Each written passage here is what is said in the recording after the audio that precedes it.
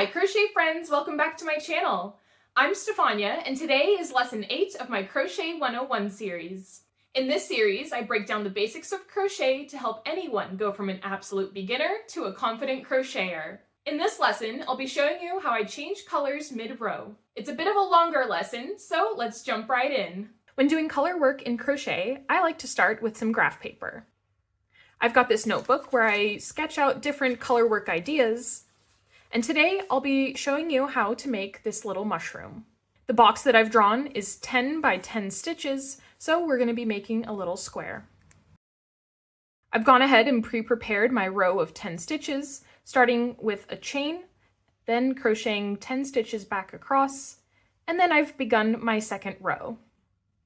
So to keep track that I've already done this one row of all the background color, I'm going to check that off. In this next row, I have 4 stitches of my background color, 2 stitches of my stem color, and then 4 more stitches of background color. I use single crochet stitches for all of my stitches in color work. I've already got 2 single crochet stitches in my background color, so I'll add a third one. And then, when adding my 4th and final background stitch, I'm going to just yarn over and pull a loop through. But instead of yarning over with my green background color, here's where I'm going to introduce my stem color. I'll yarn over with the brown and complete the stitch. Since I have 2 stem stitches, I'll complete one, and then similarly start the second one, but instead of yarning over with the brown, we're going to go back to the green and yarn over to complete that second stitch. I'll then finish off this row with the rest of the background color stitches. Now that this row is complete, we can mark it off on our chart just to keep track. It might not be strictly necessary for a small design like this one, but when you get larger and larger designs, it helps a lot to keep track every single time you finish a row. So for our next row, we're going to chain 1 and continue working on the back of our project. In this row, yet again, we have 4 background stitches, 2 stem stitches, and 4 background stitches. So we'll start with our 4 background stitches. But again, before we complete that 4th stitch, we need to change colors. Now there are different methods for how to approach this, but it's important to keep all of our tails on the wrong side of our project so that when we have our right side facing out, we have just the design showing. The way I approach this is that I bring my working yarn to the back and then bring my new color across the front. I can then pull the loop through to complete that stitch, work my 2 stem stitches, but before completing that second stitch, I bring the brown color to the back and bring the background color back into play. I can go ahead and complete that row. At the end of the row, we chain 1 and turn our project. And now you can see how the color work is starting to appear on the front. I'll remember to mark off my row and continue with the next one.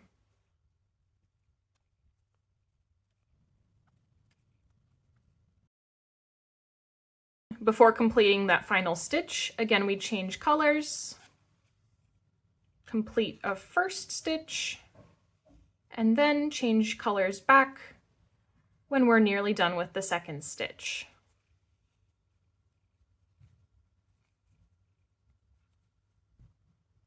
We're at the end of the row, so we check that off our chart, chain 1, and turn the work.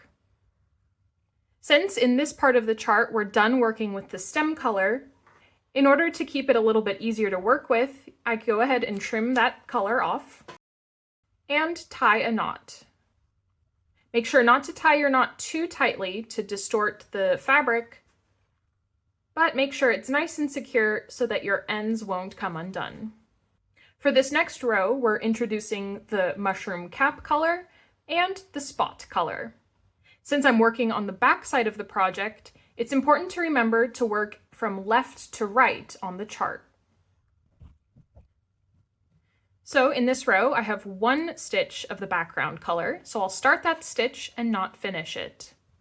I'll bring my background color to the back, then introduce the color I'm going to use for the cap. We're going to need 6 stitches.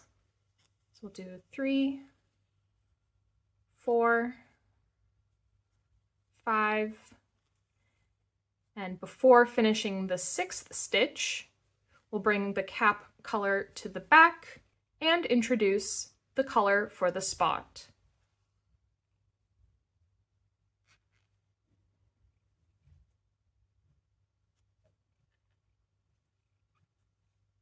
There's only one stitch of the spot color, so we switch back to the cap color.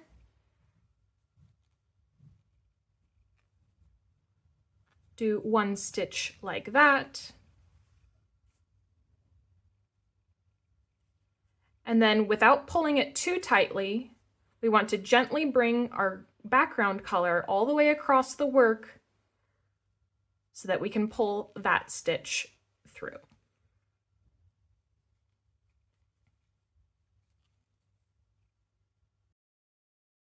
If you pull the yarn too tightly, it'll distort the piece and you won't be able to have a flat end result. At the end of the row, we'll chain 1 and turn our work.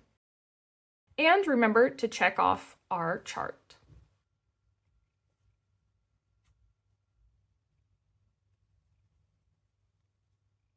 This next row follows a similar pattern, but this time we're working on the front. We'll place 5 stitches of our purple before adding in a spot.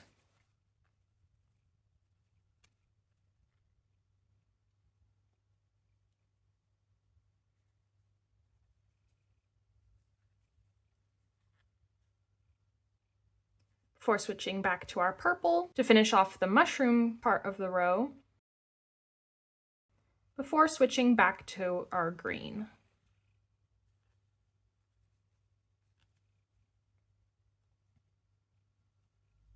Chain 1 and turn our work, and check off that row on our chart. In the next row, we have 2 green stitches, 6 purple, and 2 more green.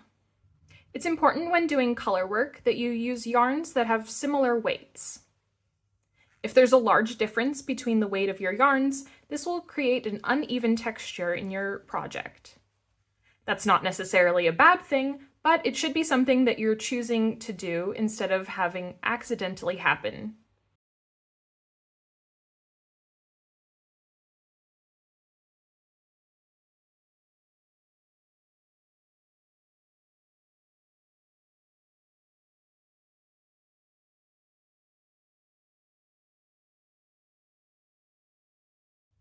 On this last row, we have 4 green stitches, 2 purple, and 4 green.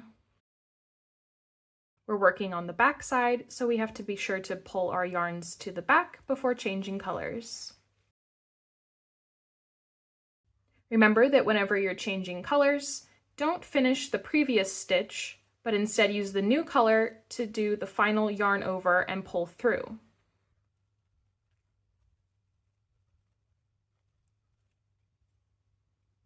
I'll chain 1, turn my work,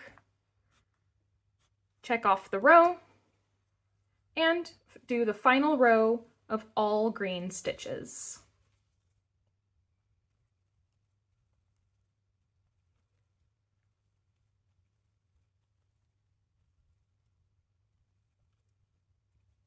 And there we have it. We've turned our pixeled grid into a little crochet piece. I have a couple other examples of some of the crochet color work I've done to show you some other possibilities.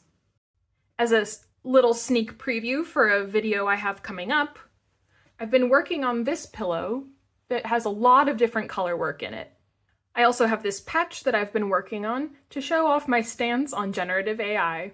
Back when I was a teenager and just figuring out crochet, I had my first attempt at some color work, where I added these penguins to a scarf. You can see that I was unintentionally using back loops only, which resulted in all these lines in my work. And there's a few gaps where my tension was a little off. You can also see how the stitches extend past where I would want that color to be. That's because when I made this project, I didn't change my colors mid-stitch, but instead just started a new stitch with the new color. I think if I were to remake this piece now, it would look a whole lot neater. But I still love hanging on to this old piece and still wear this scarf on occasion. More recently, I made this backpack with these mushroom details. I added on beads for my spots instead of doing a change in color, but you can really see how it can turn out in a larger piece. For this piece, I also worked in the round rather than back and forth in rows. I find that this method helps me keep my work a lot more neat.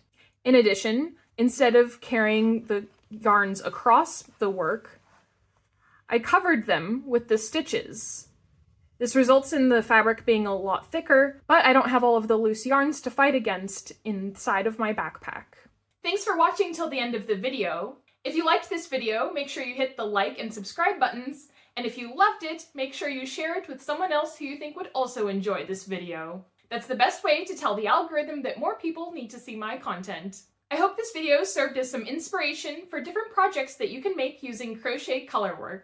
I have more lessons planned for this series, but if you have any crochet questions, leave those in the comments down below. If you have any questions specific to colorwork, or if you want to see other methods, let me know in the comments as well. Thanks so much for watching, and I'll see you next time. Bye!